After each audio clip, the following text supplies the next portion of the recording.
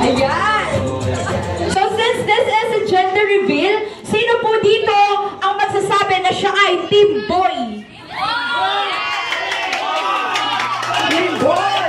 Lord! So sino naman po yung mga magsasabi siya ay team girl?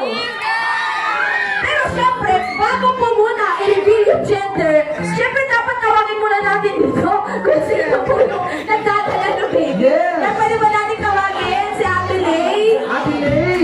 Yan, kabihan po ang kanilang asawa. Ayan. Parang di ba nag-reveal na kami? Eh, dahil naka-blue na siya.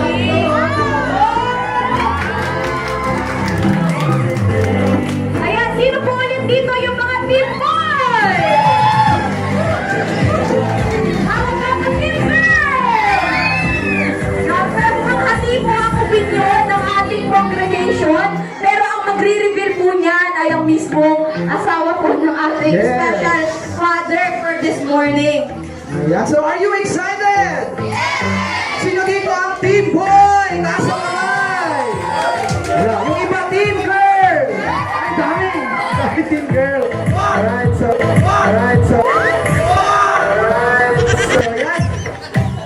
Para po sa information ng bawat isa sa atin, ang nakakaalam lang po, kasi sa akin, ay si Pastora lang po. So even the Alab worship po, hindi namin alam kung anong gender po ng baby po nila, Kuya Drew at Ate Lay. Wala kaming idea, no? Kung anong gender.